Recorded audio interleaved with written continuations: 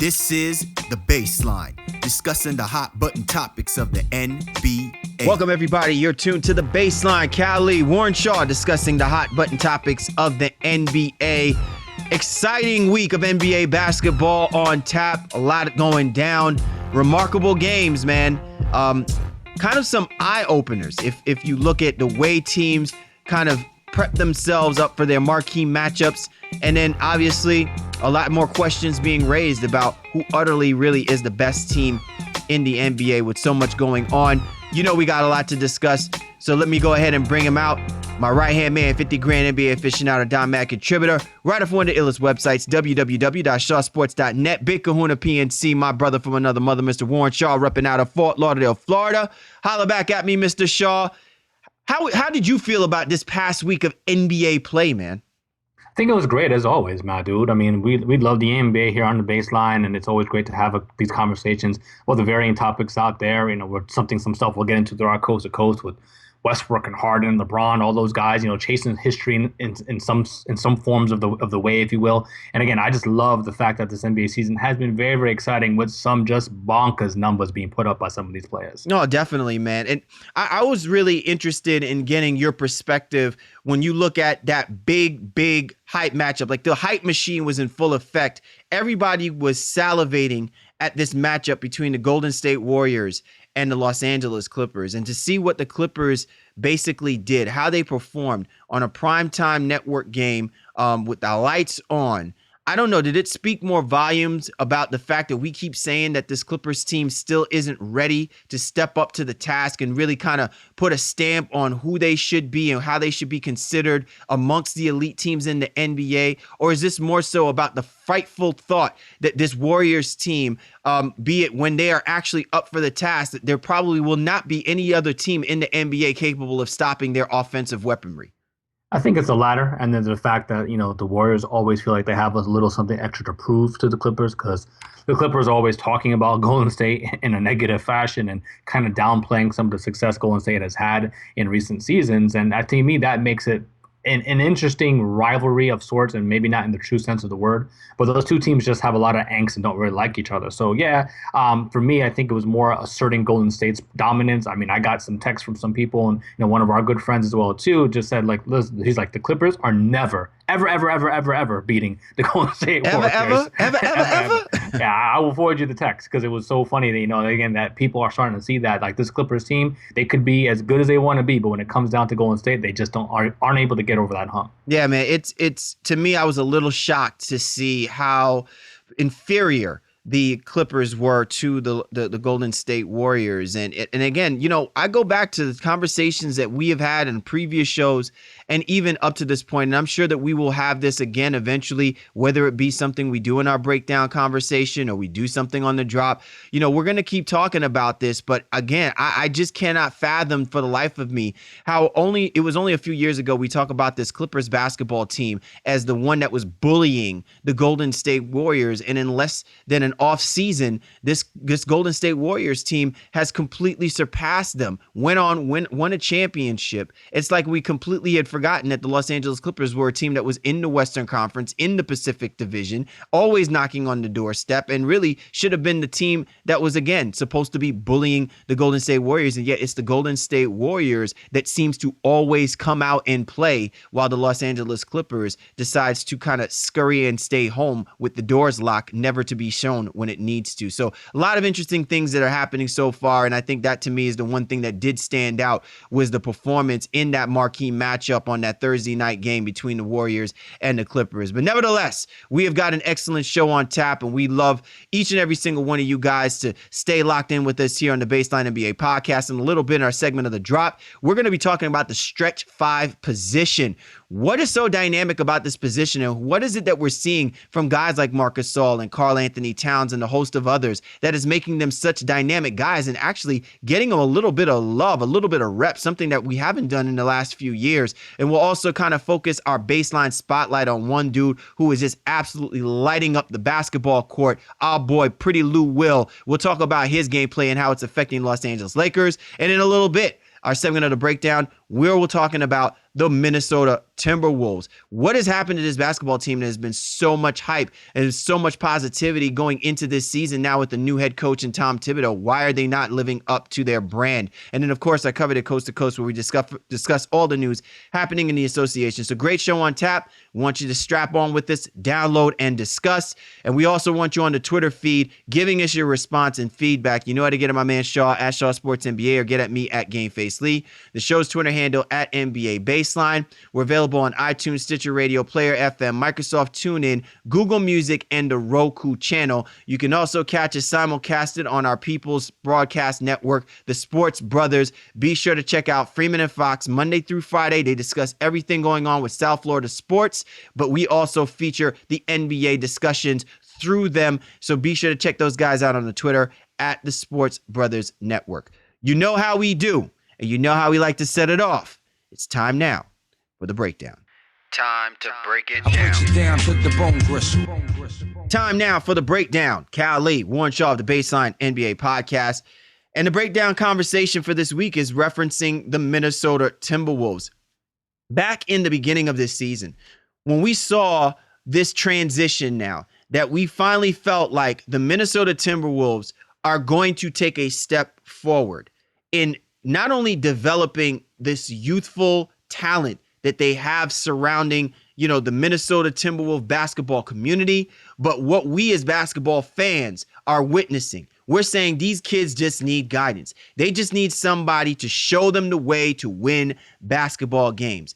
And they didn't roll the dice and find a better coach who could probably get them to that point than getting a guy like Tom Thibodeau. And we probably thought maybe to ourselves, maybe we were kind of pushing up the hype machine on this team a little bit too soon, because we said, you know what, this is actually a basketball team that has playoff opportunity, especially in a Northwest division, which is taking a step back because of the transition of Kevin Durant to the Golden State Warriors, and really the unpredictability about what this Thunder team is going to look like and what the Portland Trailblazers still seems to be lacking, and where the Utah Jazz is. So they could actually be one of those teams that can overachieve in a division where underachievement might simply be the best situation possible. But this is a basketball team that has struggled so mightily out the gate. And I don't know if whether or not there's enough time for them to kind of make up the ground that needs to be made up. But it has to be said, what has happened with this Minnesota Timberwolves basketball team, Shaw? And again, we talk about this. Maybe sometimes we get, over glamified by the high-flying acts of Zach LaVine, by the promise of Andrew Wiggins that he can be playing with a chip on his shoulder and really the next coming in the big cat being a part of this basketball franchise.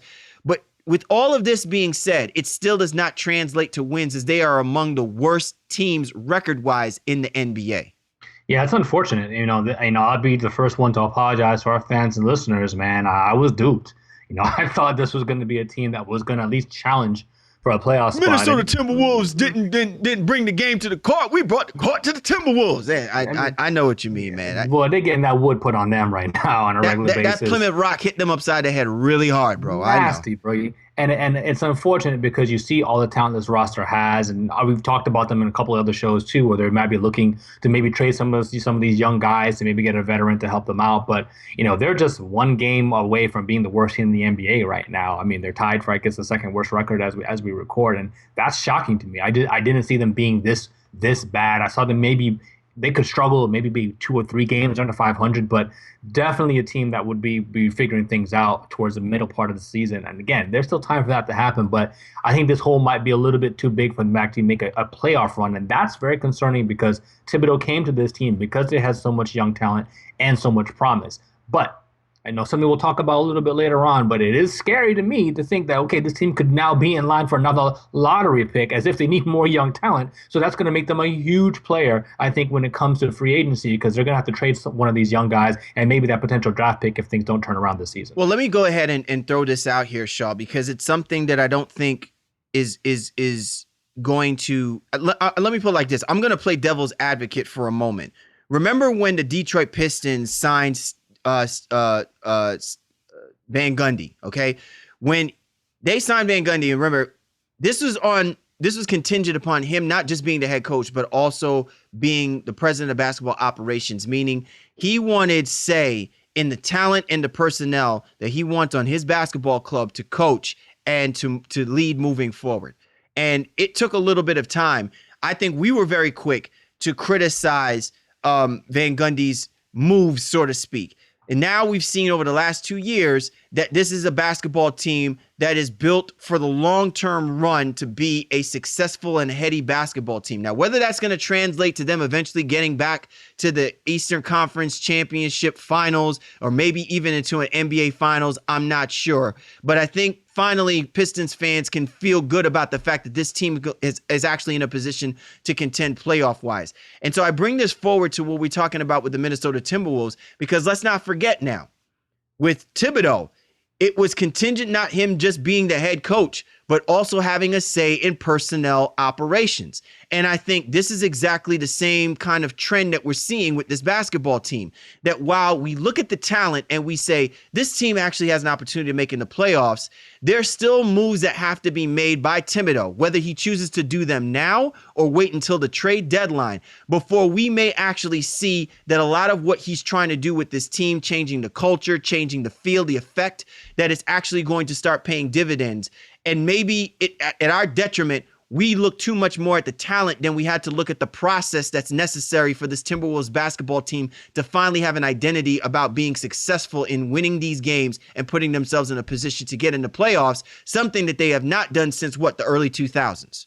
Well, I think there definitely needs to be a wait and see approach to some degree. Thibodeau didn't come in here and make a bunch of sweeping changes. What we thought and what we hoped for as analysts and people close to the game is that he was going to teach this young team how to win and, more importantly, play defense. But they've been just atrocious, on the defensive side of things, especially just getting annihilated in third quarters of games. They don't know what's happening at halftime when those third quarters, they come out there and they just don't have the same effort. But that said, the roster turnover hasn't been that great. And the guys he even picked up are fringe players and aren't really giving them all that much in terms of like Cole Aldridge and Jordan Hill and Brandon Rush. Those are guys he brought in to really just kind of fill out the rest of the bench. I thought Aldridge might play a little bit more at the center position, but that hasn't really happened this season. And he has been relying on this young guy. So that growth and in terms of even that turnover of the roster hasn't really happened just yet. And I guess we do have to wait to see what happens. Thibodeau maybe wanted to assess a little bit more, but I definitely feel like a trade may happen. And I don't know if it's going to happen now in season, because is it better for them to continue to just figure things out the rest of the way, as opposed to trying to bring an impactful veteran that can maybe make them a playoff contender, but they're not going anywhere if they do make the playoffs. So do you stack your chips, and get another lottery pick and then be that much more of a more impactful place or destination potentially when it comes to free agency in the summer? You're tuned to The Baseline. Callie, Warren Shaw, discussing the hot button topics of the NBA, our segment of the breakdown, as we talk about the Minnesota Timberwolves. The Timberwolves, not with much growl in their fight so far in the Northwest Division. And right now they're looking like little pups, still waiting to kind of grow into the manhood that they need to be in order to compete, not just in the Western Conference, but even in their own division. Let me put something out here, Shaw, because I find it interesting how you were talking about how Tom Thibodeau is somewhat in a wait and see process a little bit, trying to assess the talent, and that he didn't make any nominal changes to the roster in the offseason.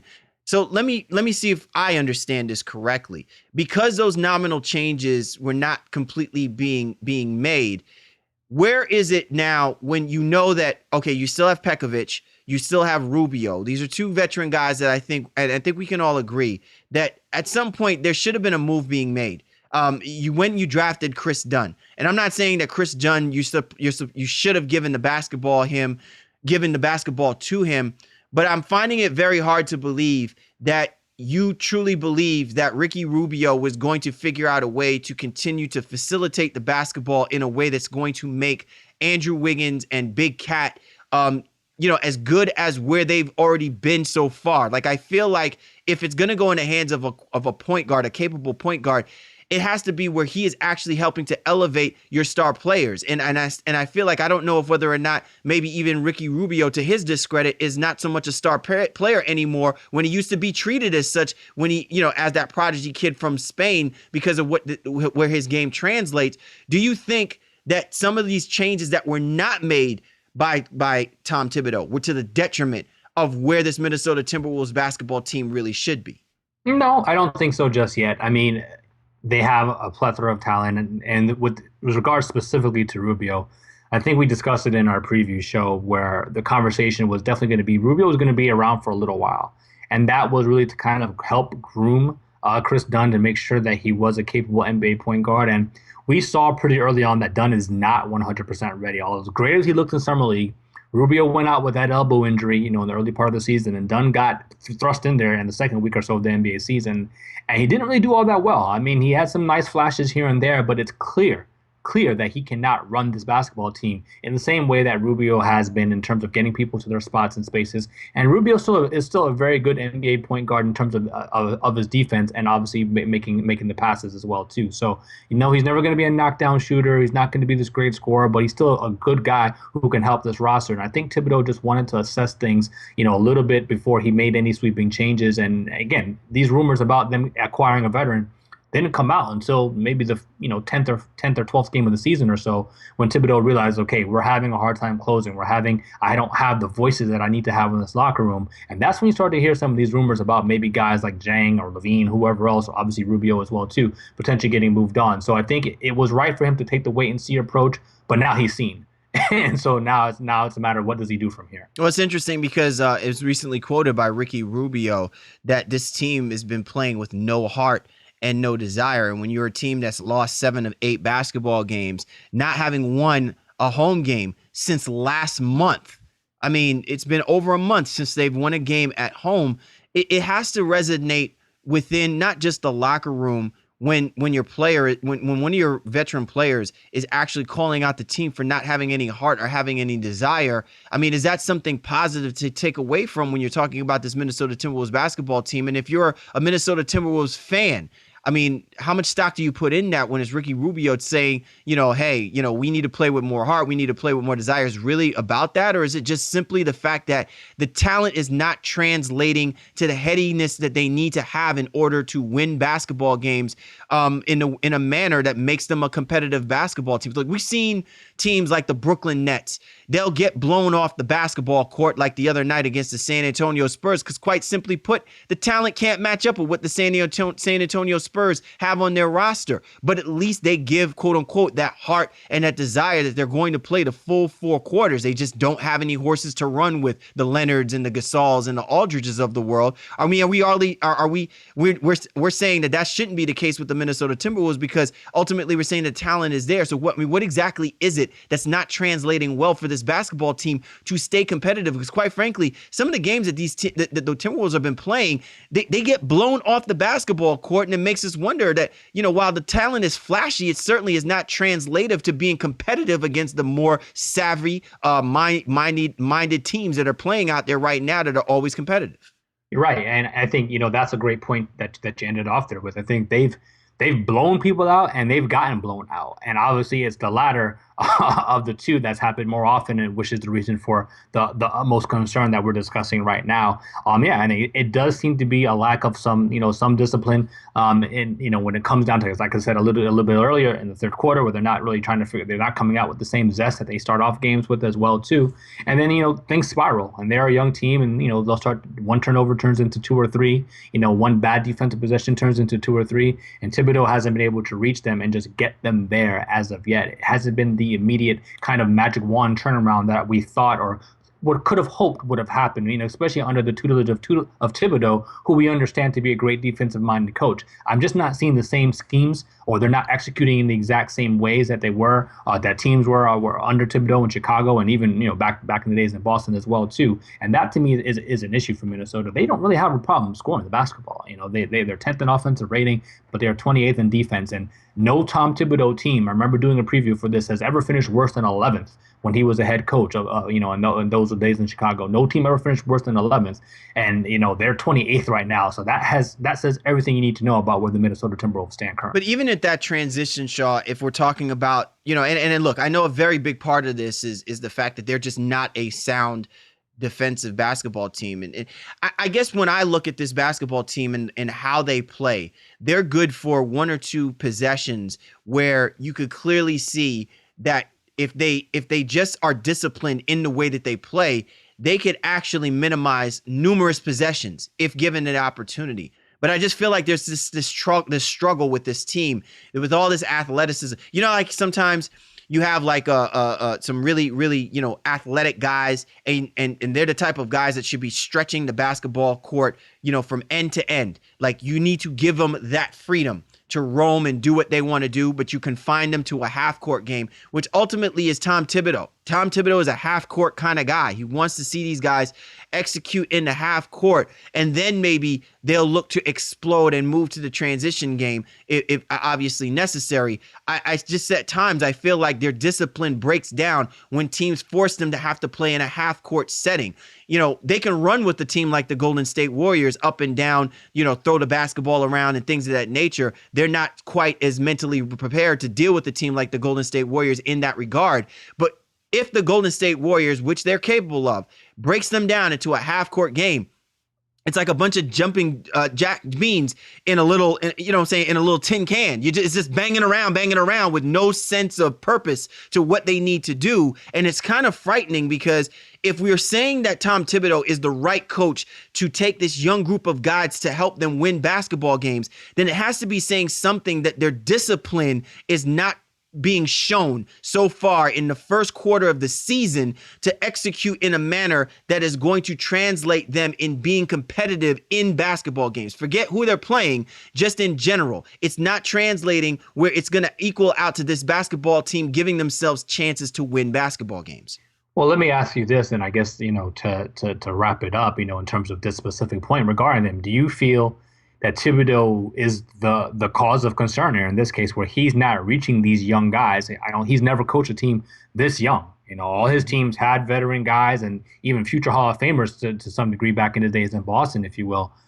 Is he the issue right here, or do you think his message is not sinking in with this youth millennial movement, as I put up my air quotes right now? Do you think Thibodeau is the issue and why things aren't going as well as they should be? I'm not going to say that Tom Thibodeau is the issue, but I will say that there can be an issue moving forward. If Tom Thibodeau has an expectation to get more out of this basketball team, I think he has to be realistic with his coaching philosophy and his coaching disciplines with in reference to the way that the game is being played right now. So in other words, what I'm saying is if you're going to stick with a guy like Ricky Rubio as your point guard, then that means that you have to instill a better means of getting the guys that you have on your court to execute what you're trying to execute.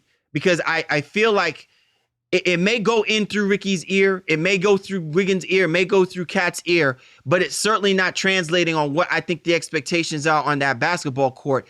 And they're not being given a good opportunity and chance to make the necessary adjustments in order for them to probably win these basketball games that maybe we expect them to win, but certainly they are yet understanding how to win. And sometimes it's got to be more on the coach and how he does that, until the players figure that out a lot better. And we saw that happen with Stan Van Gundy's basketball teams, that you saw that in the very early beginnings. It was more on Van Gundy on how he needs to coach these guys before they start figuring it out on their own than it necessarily being about the player and the roster that you have. And again, I go back to the fact that this is on Thibodeau because he wants control of the personnel. He wants to know that if certain things don't work in a way that he wants it to, that he can say that it's on a player or on a certain, roster that he has out there, that he can finagle and maneuver it around and it just not fall on the shoulders of saying these guys don't respond to him. And any coach at this point now in the NBA, I think, wants that luxury, wants that empowerment, because they don't want to get sandbagged by basketball players who don't know how to win games, just know how to play the game, and their talent can get them by and their stardom can get them by, than necessarily it being about the fact that they need to learn how to encompass that talent within the other guys on that court to be able to counter what the other team is bringing to them. And I think that that's where part of that problem lies. Well, I think, yeah, like I said, it's going to boil down to, how much time do we need to give him, and when does that message sink in? And like we said earlier, I think maybe he realizes that he may need that veteran voice to kind of help him relay his own message. So if he's recognizing now that his voice isn't being heard in the exact same manner and it's not getting across the way that he's used to getting it across, and he sees, okay, well, maybe if we had another veteran player on this roster, that could help me in delivering that message, then that's definitely a kudos to him to recognizing the flaws or maybe the disconnect that may or may not be there. But again, we're not in the locker room, so it's kind of hard to figure it out. But I suspect that really might be what's happening here, why we're hearing the rumors of them trying to add somebody. Again, they have enough talent that this team can eventually grow and be a very, very impactful team in the Western Conference. Again, Cat is a franchise type player. Andrew Wiggins is going to be an all-star someday. Zach LaVine, still don't know, but again, could have all-star type potential as well. Chris Dunn could be an elite defender. There's so much on this roster. Gorgie Zhang as well too. So they have pieces that again can net them back somebody significant to help them in the process in the direction that they're trying to go. Definitely. Well, the first thing is first. This is a basketball team that needs to get themselves on a roll. They have to start winning basketball games. They need to start winning at home. It's hard pressed to imagine, especially in a great facility that they play in at home, that this is a team that has not won in over a month. Defending your home court, I think, is tantamount for any basketball teams that just trying to give themselves playoff basketball aspirations. So I think it starts there. They're not completely out of it. Obviously, they are in a very heady division in the Northwest. You can make the argument that all of these basketball teams are playing great, but right now, the Oklahoma City Thunder is playing hot. They're being led the way by the all-world Brody. You know what I'm saying? He's taking the basketball world by storm. And it's just going to be a matter of time before this Oklahoma City Thunder team starts to find their niche and they start making their move and gradually try to distance themselves from the Utah Jazz and the Portland Trailblazers. So there is still time for this Minnesota Timberwolves team to put themselves in a position where they're competing not just in the Western Conference for a playoff spot, but ultimately still playing in a division that actually every single game will matter from within their own and give themselves an opportunity to eventually do something that they have not done in quite some time, which is eventually make the Western Conference playoffs. You're tuned to The Baseline. Cal Lee, Warren Shaw, discussing the hot button topics of the NBA, and this was The Breakdown. Time now for The Drop. Cal Lee, Warren Shaw of The Baseline NBA podcast, and this week in The Drop, first topic on tap, the Stretch 5. Hey, man. It's great to be a big right now in the NBA. I mean, you talk about getting some love, get a little bit of shine, some little commercial play. It's good to be a Marc Gasol or DeAndre Jordan-like-esque type guy where, there's a little multi-versatility to your game. Well, let me not use DeAndre Jordan. DeAndre Jordan is all about, blocking stuff and smacking people's pride up off against the backboard. But if you're a Karl Anthony Towns, if you're a Marc Gasol, if you're a Brook Lopez, if you're a Joel Embiid, a DeMarcus Cousins, woo-wee. I mean, you talk about the sweet science of the big man game is being taken to another level. You have to feel really good if you are an organization and you've got one of these guys as a cornerstone piece on your roster, Shaw, because what these guys have done during certain increments throughout this season so far has really made it watchful TV for the NBA viewer. Listen, we could probably have a huge analytical discussion, and debate on twos and threes, et cetera, and that could go on forever. But yeah, we're going to highlight, 5 guys right now, centers, traditional centers, if you will, that have expanded their game to shoot the three ball on a regular, consistent basis. And you just mentioned them: DeMarcus Cousins, Joel Embiid, Marc Gasol, Brook Lopez, and Karl Anthony Towns. These 5 guys are traditional centers, and they can just flat out stroke it from three, all shooting above 35% from the three-point line as we record our show today. And again, it's exciting to talk about because I think in the case more specifically for Gasol and Brook Lopez, these are guys who have not traditionally shot threes. In the case of Cousins, we've seen him shoot threes as of last year and started to see him expand his game a couple of years ago. Cat kind of came into the league with an expanded range, if you will, not the traditional 5. And Embiid, I think with all the time that he's been on the shelf, he had time to work on his game. But Lopez and Gasol are traditional guys who shoot their mid-range and love to be back to the basket, but never expanded out to 3. And the fact that Lopez is right now is arguably the best of these in terms of attempts and makes on a regular basis, making 2.1 threes a game and taking 5.6 attempts. After like she's making three threes his entire career, I think, coming into the season. That to me says a lot about how much work these guys have put into the game and their understanding of where the league is going and how they're going to create longevity in their overall careers. I tip my hat to all these guys for shooting the three as well as they have this season. Now, I want to first pay homage to this whole conceptualization about the stretch five and what this has done, because, and I'm not saying he's an originator, but he is one of the originators. You know me, Shaw. I like when we use hip hop terminology. He's one of the OGs, so to speak, in reference to showing the versatility and the success of how the stretch five can continue to elevate the game and really cause havoc against whoever the opposition is. You talk about guys like Chris Bosh, guys like Dirk Nowitzki, where these are like 6'11", 7-foot guys. You may have them set up, on regular rosters is to play your stretch 4 position, but they've played the 5 position.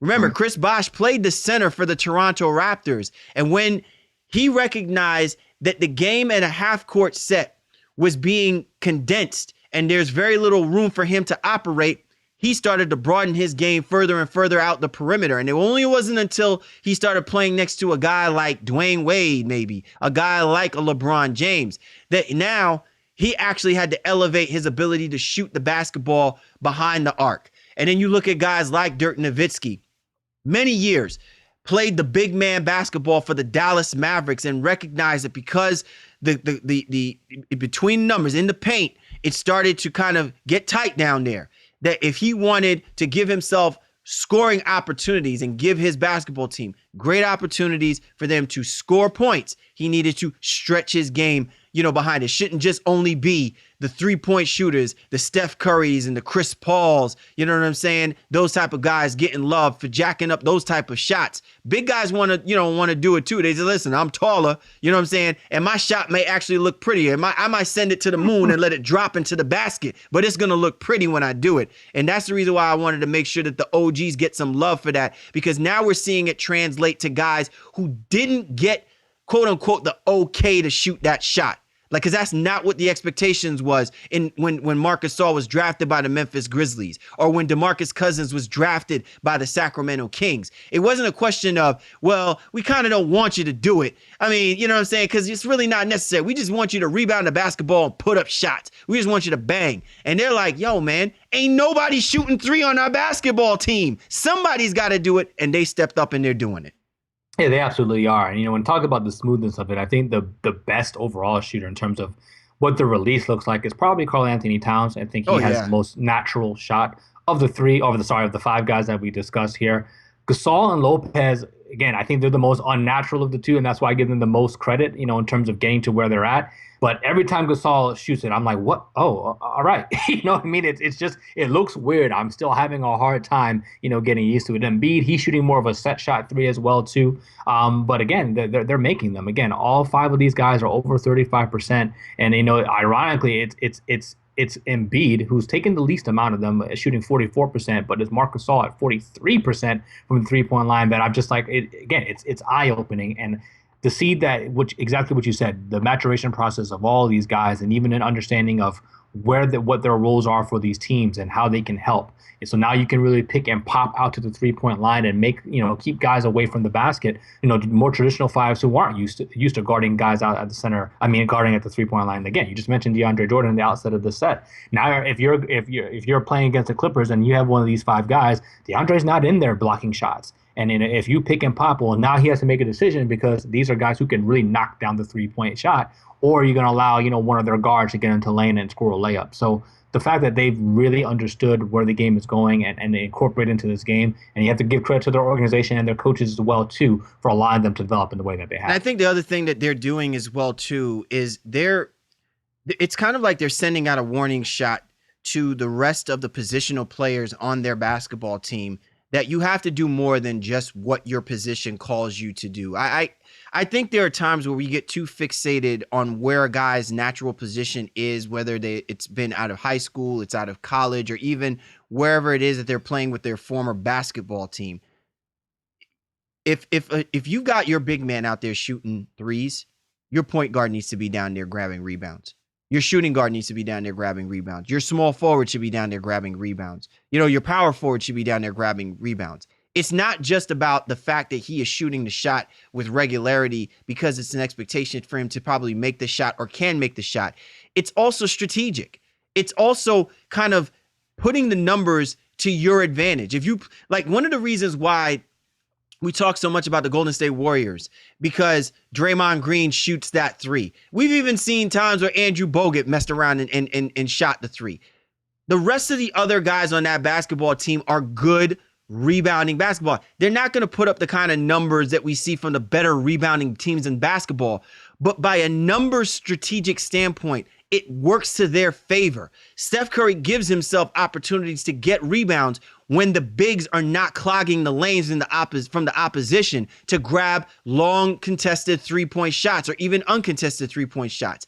And so when I see a Memphis Grizzlies basketball team that doesn't have the type of talent that the Golden State Warriors have or has like with the Oklahoma City Thunder, yet they still wind up being one of the best rebounding basketball teams, that's not just by quote unquote something that came out of the sky. Sometimes it's by designed effort because the rest of those other guys are crashing the boards and they're putting the numbers in their favor to be able to give themselves to get second chance rebounding opportunities, which is always a killer against another basketball team. When you can get that second opportunity to rebound and now you have numbers that work in your favor to get high percentage basketball shots the second time around.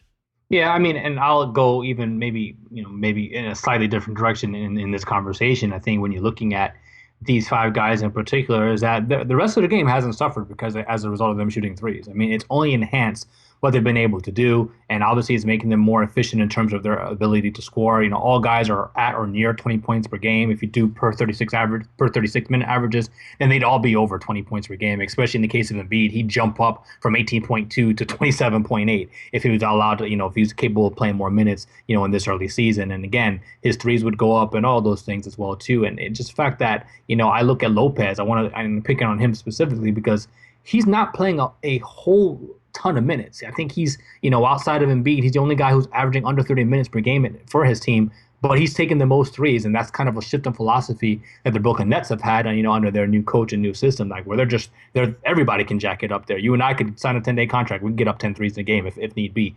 Lopez is shooting 5.6 threes a game right now, and again, I don't think this is a trend that we're going to see stopping for any one of these guys. And like I said earlier, it just seems to be enhancing what they do, and it's not taking away, because you see that a lot. When guys, they add one part of the game and then they can't really do some of the other things. Cousins will still go down there and bang and get on the block. Cat as well too. Embiid, Gasol, they all know how to still post up. That hasn't waned from them, if you will. They just added this, and it's just gone so well to begin the season. And again, it's great to talk about because the game is truly evolving, and you see these guys, 7 foot and over, knocking down threes like you said, like guards. It's really, really impressive. Well, not just that it's impressive, Shaw, but man, you can't find a better celebration move than when you're big is landing 3-point shots. I mean, there's nothing that gets me geeked up more than watching a Gasol shimmy hitting game-winning 3-point shots, or Karl Anthony Towns, yelling out like a panther, you know what I'm saying, after knocking down a big shot, or DeMarcus Cousins showing us the floatus butterfly effect after he knocks down. It's just wonderful to see, man. Like, these guys, they're showing their personality, and again, we get enamored when we see Steph Curry dropping raining threes from all over the place, Klay Thompson raining threes all over the place. So why not show a little bit of love to the stretch five when they start dropping them down this equally at the same rate as we talk about the premier point guards in the NBA. All right, Shaw, let's go ahead and transition gears to the second topic of the drop. And that's our spotlight. We talked about this as something that we're introducing every now and again. We'll come across a player or highlight a player profile, when someone is actually out there and kind of just seriously, just like kind of setting the trend, so to speak. And nobody right now, I feel like, in your opinion, is setting the trend better than Lou Williams, Pretty Lou, out there in Los Angeles. And especially with such a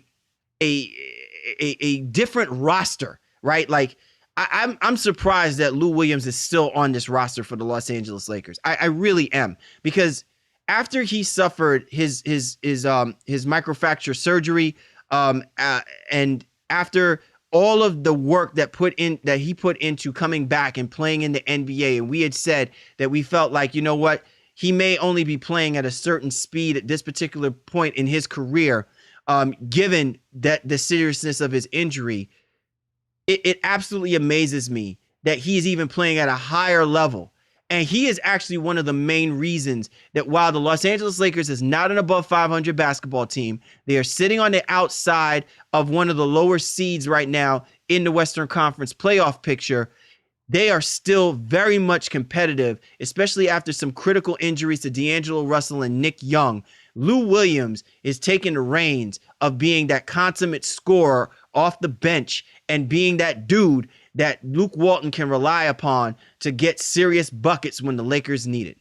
Yeah, he's been an absolute monster. And it's ironic, in our last conversation, Tom, in terms of the baseline spotlight, talking about Wilson Chandler and his run at trying to maybe become sixth man of the year. And here comes Lou Williams, like, bruh, not so fast, man. Lou Williams in his last 5 games is averaging 30 points per game, 2.8 assists, 3 rebounds, but shooting an effective just 48.9% from the floor and shooting almost 44% mere bag of shells, from three. brother. Mere bag of shells. Stroking. Shellings. Mere bag of shellings right now, my friend. And scoring in every which way possible. He's getting into lane and shooting his pad into floater. He's hitting that little leaner to the side when he comes off the dribble. And obviously he's knocking down the 3-ball as well, too. Just doing everything he possibly can to keep the Lakers in some of these games. Again, it's not going as well as the beginning of the season has been for LA, but has really stepped up in the last couple of games since D'Angelo Russell has been out. And again, that's as recording the show. I think Russell's due back, this week. So we'll see what Williams' role is going to be. But it's interesting, as you mentioned kind of in the beginning, because we didn't know where he was going to stand. We didn't know if he really fit in with this roster, and everyone is hyped about Russell and everyone's hyped about Randall and just trying to figure out, okay, and Ingram and those 3 guys should really be the future. Lou Williams has been the most consistent player I think they've had on this team the entire season, and that's not something I would have expected. So the guy who once had 2 girlfriends, he might still have 2 girlfriends, who even knows, might be a 2-time winner of the Sixth Man of the Year award if things continue in the fashion that they have in the last couple of games. Why is it that the Los Angeles Lakers always seem to have guys that need to have one or more, like has 2 or more girlfriends on the roster? I feel like, you know what I'm saying? I kind of feel like the jump off roster is they have more in they have more in the jump off roster than their actual NBA roster. Listen, whatever their motivation is to go out and effectively score and be competitive, I'm sure Jack is not worried and doesn't care, and you know what I'm saying, is probably a complete proponent of it. But nevertheless, look, Lou Williams is absolutely on fire. And look, I watched a few of the games that that Lou Williams has played. Lakers is competing and stuff like that. And I got to tell you, man, it would almost look like you would have never thought that he had gone through some of the serious injuries that he had gone through, 3-4 years ago. And again, it's a testament to his desire and his willingness to play at the highest level and to kind of, remind people that sometimes these injuries, while they can affect your game, it cannot affect how you go about playing the game. And how you go about playing the game can go a long ways when one basketball team can clearly utilize what you bring to the table. And it can translate not to just you being in a prime situation, but also being a key cog for a team being successful. And it goes a long way, because it's something like organizations like the Los Angeles Lakers and the Boston Celtics. They have prided themselves behind those type of things. We've seen it when they had Jeff Green. And quite honestly, the way Lou Williams has been playing, is well above what people had gotten from Jeff Green. But, Jeff Green's story was as much as inspiration as I think where Lou Williams' story is definitely an inspiration to the Lakers organization. Yeah, and one of the things we talked about, I think, in the beginning of the year was what type of player was Lou Williams going to be for them in terms of, being in the locker room. He's, and I think we were speaking with Oliver Maroney, who helped us with our Pacific Division preview, and he said Williams is not a rah-rah guy. He's not someone who's like going to have a lot to say, whatever the case may be, but he's going to lead by example, and I think he's been able to do that, this season, trying to help and not complaining about his role. I think we're all surprised when Nick Young was re-signed, and, Nick Young has been pretty decent for them, although been injured as well as of late too, but Lou Williams just stayed like, all right, cool. Whatever it is what it is. I'll come in here and get my minutes and do what I need to do.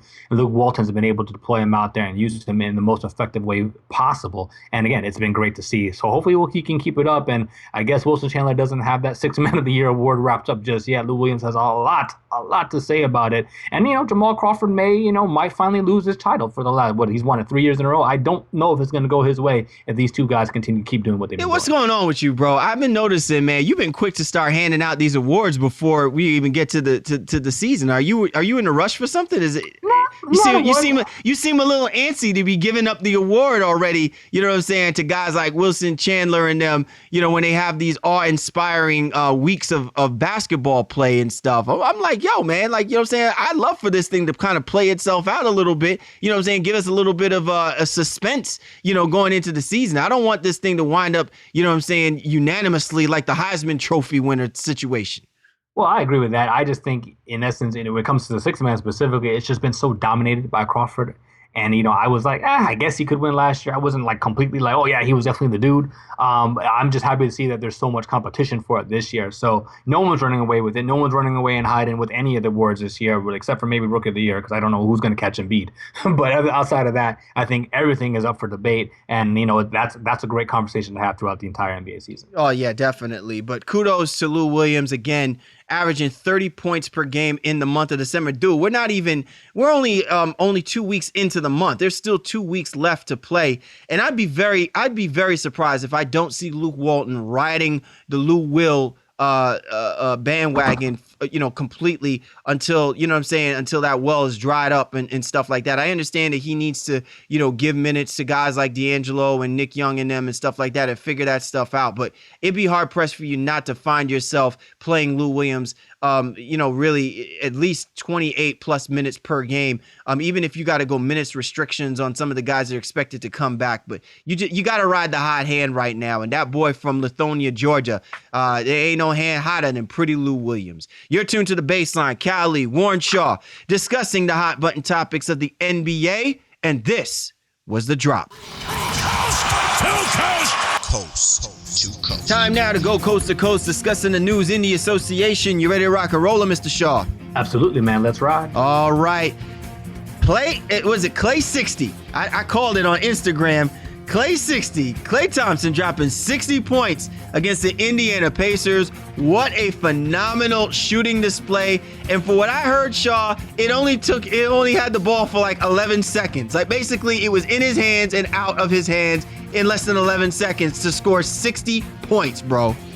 Yeah, it was something, I think it took like maybe 11 dribbles. I don't remember what it was. He had it for maybe a total of 31 seconds. I don't know. It was just something insane. And I'm mad because it was a game I wasn't necessarily watching initially. It was kind of on and I wasn't really paying attention. I wouldn't be watching it either if he only had the ball that long and still dropped as many points as the Indiana Pacers scored. And did it in like 30 minutes or something like that? Like that was one of the all-time performances, and this is why you see why everyone talks about Klay as being one of the great players in the NBA. And if he were to ever leave Golden State, he could very easily be a number one guy, and there would be no question about it. That boy is not leaving Golden State, okay? Not after that. Before they will, man, listen, they will go through hell and high water to make sure that boy stays with the Golden State Warriors as for as long as they possibly can. What an amazing luxury to have, though. I mean, now he's, bumped down to be your third scorer, and this is a guy who can, go off for 60, I guess, on any given night. And a guy who scored 34 points in a quarter one time. Like, it's phenomenal what Klay Thompson is able to do with the basketball when it comes to shooting, and just one of the hottest shooters out there in the NBA today. That's all I'm calling him from now on. Klay 60. Everyone can call it.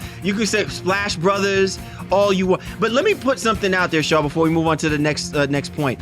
It's very interesting that some of the most prolific scoring performances are not from Kevin Durant and Steph Curry in this timeline of MVP play, or even LeBron James. It's been from Klay Thompson, the 37 points in one quarter, and now this 60-point performance in 29 minutes. Let's just keep that in mind about where Klay Thompson fits in the pantheon of individual scoring performances. I think that he has definitely made his mark in this generation of NBA players as far as being that type of dude. Klay 60 in full effect. All right, another phenomenal achievement being made in the week of achievements in the NBA. That Brody, Russell Westbrook, tying Michael Jordan and Oscar Robertson for consecutive triple-double game performances. What more can be said about the Brody? All world, every day, all day. Yeah, man, he is really the walking Mr. Triple-Double currently in the NBA, and ties, like you said, Oscar and MJ for 7 straight consecutive triple-doubles, and is shooting for Wilt. I think has a record at 9. As we're recording, he's playing, so we don't know if he's going to get his 8th, and see what happens in the middle of the week as well too. But he is a pleasure to watch on each and every single night. It is primarily leading to wins for the most part. I think they've only lost one this year which he had a triple-double. But again, I'm just immensely impressed with what he's been able to do. And I think he's going to be a staple on our show every single week because he's always doing something insane each and every single game. Yeah, I find it very interesting, too, that I haven't heard Oscar Robertson talking about somebody figuring out a way to stop Brody, right? He's like, somebody needs to figure out a way to stop Steph Curry. You can stop little Steph, but ain't nobody trying to stop Brody at all. You know what I'm saying? Out in Cleveland, another achievement knocked off the books for LeBron James, moving up to 9th on the all-time scoring list. And also to add, Shaw, he is the first player in NBA history to have 27,000 points, 7,000 rebounds, and 7,000 assists. All hail the Messiah, LeBron James. Without a doubt, one of the most complete players to ever play the game, if not the most complete player to play the game. Both ends, offense, defense, passes, scores, and I think they were saying it on ESPN, like a lot of times you don't think of LeBron as this elite scorer. You see some of these gaudy playoff performances, but because he shares the ball so much and he's such a willing passer, you just don't think of him as a guy who's just really racking up a bunch of points. But take into effect how long he's been playing, how good he's been each and every single year he's been in the year, and the fact that he's pretty much avoided major injury, he put all those combinations together, and the fact that he's just pretty damn good. There's no stopping this guy, and we'll see where he ends up on the all-time scoring list. Some people peg him somewhere in the top 5, maybe as high as 3 catching Kobe. It's all a matter of how much LeBron wants to continue to play. I got to tell you something, Shaw. LeBron James epitomizes the level of dominance that I think at times gets amiss because we're so fixated on the dominance of what Michael Jordan did and what he used to define dominance. LeBron James has taken the word dominance and has elevated it to another level of conversation that I hope we will have an opportunity on our show to have this discussion with, because I want to raise that and evoke that conversation where people can really appreciate these two eras of basketball that's being played. And I'm telling you, I'm very fortunate. I'm sure you're very fortunate that we've been able to live through these two eras, because I'm sure that most kids, when they'll grow up 10, 15, 20 years from now, I don't think that they'll ever say that they had the opportunity to see what a guy like Michael Jordan has done and what we're seeing right now from LeBron James. All right, Shaw, into some quote-unquote troubling news. Whenever I mention the name Matt Barnes and the word trouble, I just think that they just equal each other out, because that that's exactly what's going to happen. Matt Barnes in trouble with the law, and to me, I don't know if I should necessarily be surprised with it. It just seems to be a common thread and theme with him. The law now on Matt Barnes again, and the reasons this time, again, for his violent and, off-the-wall nature, man. Yeah, innocent until proven guilty, I guess, but the fact that you're in an altercation, trouble always seems to find them, and hopefully some of the charges or some of the allegations that are against him, we really hope are not true.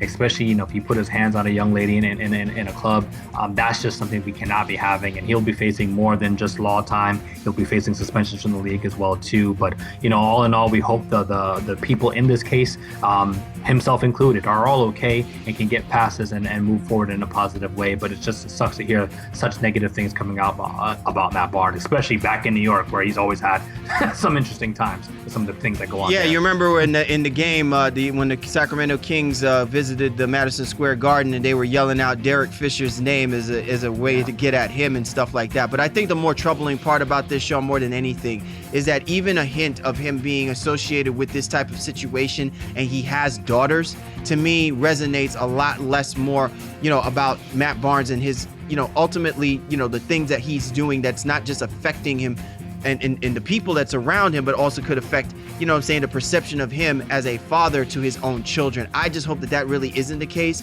I hope that's more so on something around the people that he was involved with than him, because again, it would really, I always thought that Matt Barnes, while he was a different dude, he's always been pretty much an upstanding type of guy, always looks out for his family first, and to be associated with something like this, again, it just resonates really badly to me, because he has daughters.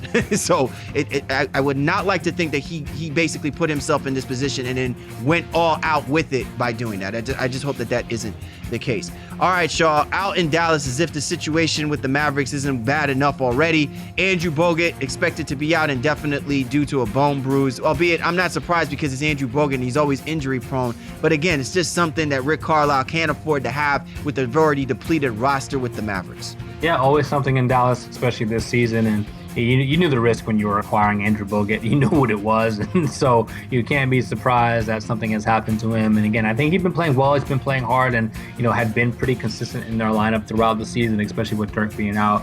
Hopefully he can get back out there as quick as possible. Ironically, his name was just mentioned in a trade rumor potentially, and he goes and gets hurt. So, we'll see what happens with that in the coming weeks. And finally, Shaw, Jeremy Lin and TJ Warren are expected to return to their respective basketball teams. Lin for the Brooklyn Nets, albeit the Brooklyn Nets have suffered some serious losses and probably could welcome back to the basketball court. But TJ Warren was just coming on his own before suffering an injury. I'm sure the Phoenix Suns would love to welcome him back. Earl Watson and those boys. Who actually do you think is more important to returning to the lineup, Warren or Lin? I think Warren is currently, just because I think Phoenix seemed to be finding a little bit of a groove with him. I don't know if they've filled his role adequately since he's been out. I think Lin, although they want him to be the guy there, and he really is going to be, option kind of 1A, 1B, whatever you want to look at it, when it comes back to Brooklyn, they've been able to get along without him, with your boy Whitehead. But more importantly, Sean Kilpatrick, I think, who played immense in the absence of Lin. So I think they've been able to get on without Lin a little bit better than I would have expected, because if you would ask me when the beginning when these two guys hurt, it would have been undoubtedly Lin's return was going to be more important and more impactful. But I think Phoenix needs TJ Warren a little bit more. All right. Well, I think Brooklyn probably wants Lin. To me, I think, Lin is the most important fact. We want the man bun back. Bring back the man bun, Jeremy Lin. All right. All right, man. Awesome show this week, man. Some really, really, really great stuff that we kind of broke down with reference to the Minnesota Timberwolves and, the evolution of the stretch five and how important their game now expanding to the three-point line helps basketball teams. Probably definitely helped the Memphis Grizzlies when they waxed the Golden State Warriors the other night, Shaw. But really all around great topic and conversation. And can't forget about the gameplay of Lou Williams. Boy, Pretty Lou on fire so far for the Los Angeles Lakers. Like I'm Lou Will, baby. But yeah, man, great show. I think everybody should have enjoyed this one. I know I definitely did in chopping it up with you, my guy. And hopefully everybody's going to give us a rating and tune in on iTunes and Stitcher and everywhere else that we can be found. We definitely need those ratings and to hopefully move up in the rankings here, because we have an amazing product, like I keep saying every week. And I hope that you're enjoying it each and every single week that we deliver this show. New topics, new ways to kind of attack the game. I love it, man. And I just can't wait to get back into it. Next week, or maybe we'll do something a little midweek, another Power 5. What do you say, my man? Oh, yeah, I'm definitely feeling up to another Power 5, of course, as we break in our segment series of the Power 5 rankings, the Baseline NBA podcast. And so we definitely want you guys to tune in, look out for that. That's going to be happening up this week as well, too. You know how we do, man. We appreciate every single one of you guys tuning in and getting us locked in here with the Baseline NBA podcast. Download and discuss. That's the motto that we live by. For the Baseline, Cal Lee, Warren Shaw, we appreciate you guys. We do. And we'll catch up with you next time.